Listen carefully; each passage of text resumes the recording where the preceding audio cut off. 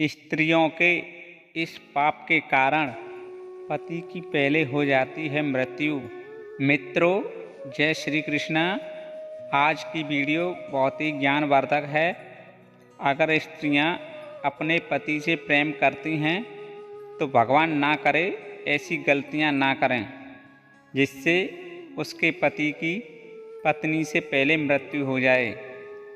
इस वीडियो में आपको जानकारी मिलेगी कि स्त्रियों को वह कौन कौन से पाप नहीं करने चाहिए जिससे उसका पति अल्पायु में मृत्यु को प्राप्त हो जाता है। जानकारी सही और पूरी प्राप्त करने के लिए वीडियो को अंत तक पूरा देखें। आधा अधूरा ज्ञान किसी काम नहीं आता है। तो चलिए आगे बढ़ते हैं। मित्रों, हिंदू धर्म के पुराणों और धर्मशास्त्रों में पति और पत्नी को एक दूसरे को गहराई से जोड़ा गया है। पत्नी को पति की अर्धांगिनी कहा गया है, जिसका अर्थ है पति का आधा शरीर पत्नी का। उनके पाप और पुण्य आपस में बटे होते हैं। शास्त्रों के अनुसार यदि पत्नी से कुछ ऐसे पाप हो जाते हैं जिनसे पति का पुण्य नष्ट होता है या फिर उसकी आयु कम होती है, तब उसके जीवन पर संकट आता है। हिंदू धर्म के ग्रंथ गरुड़ पुराण, पद्म पुराण, महाभारत और मनुस्मृति जैसे ग्रंथों में बताया गया है कि कुछ पाप ऐसे होते हैं जो पति की शीघ्र मृत्यु का कारण बन सकते हैं। तो दोस्तों, आपको ये जानकारी एक कथा के माध्यम से समझाने का प्रयास कर रहा हूँ। प्राचीन काल में सत्यवती नामक एक स्त्री थी।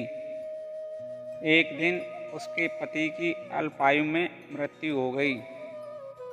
सत्यवती अपने पति की अकाल मृत्यु से अत्यंत दुखी थी।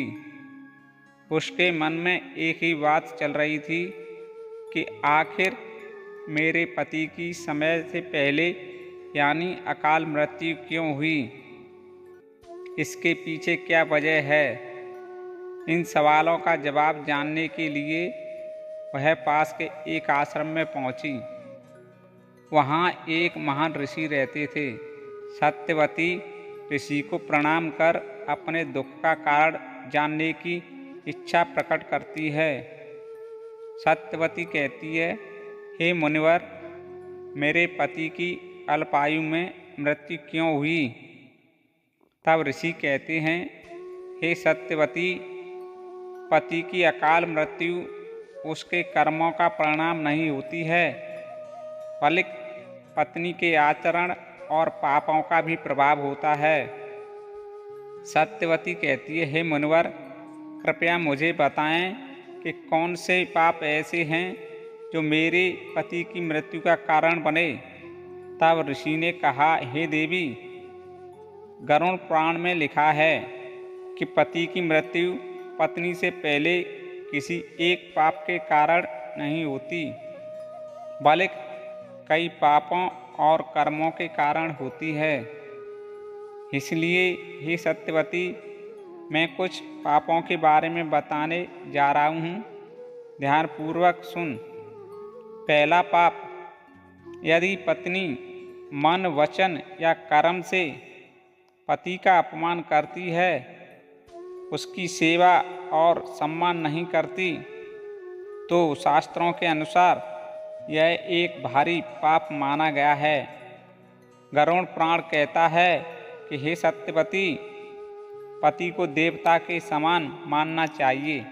आगे ऋषि सत्यवती से कहते हैं कि दूसरा पाप, यदि पत्नी पति से झूठ बोलती है, धोखा देती है या गोपनीयता का उल्लंघन करती है, तो इससे पति के जीवन में संकट आता है। मनुस्मृति में लिखा है कि स्त्री का सबसे बड़ा धर्म सत्य और निष्ठा है।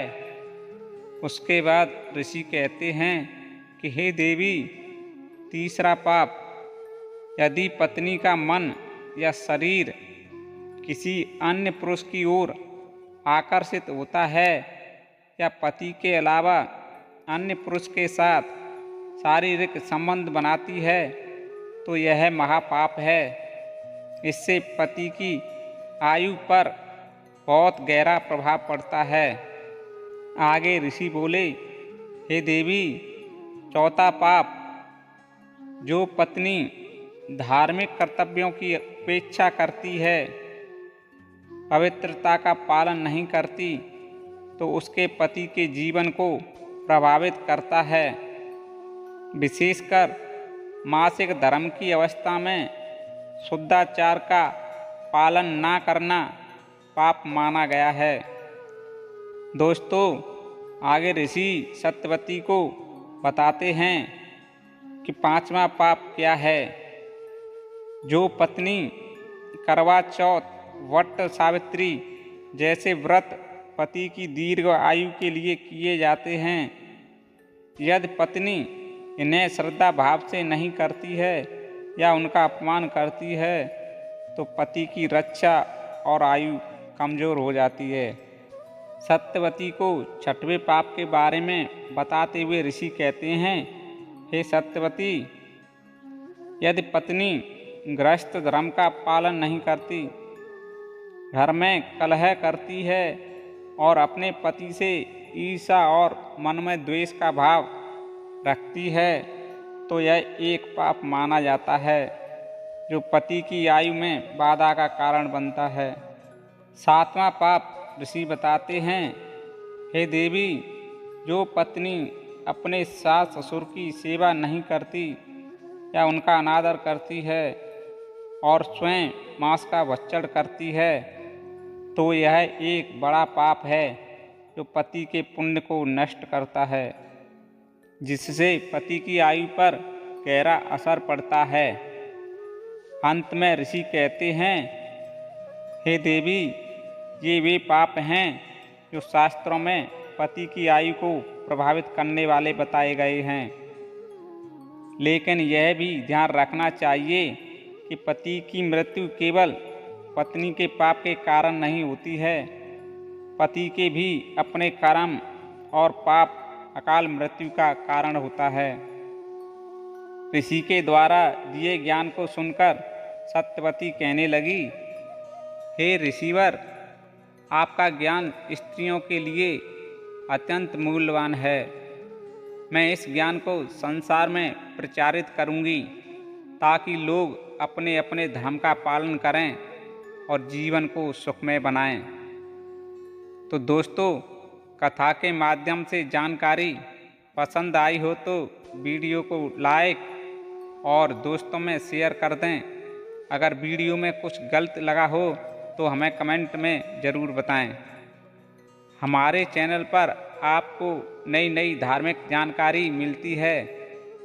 अगर चैनल पर पहली बार आए हैं तो सब्सक्राइब करना न भूलें। आपने हमारे वीडियो को पूरा अंत तक देखा, इसके लिए आपको धन्यवाद।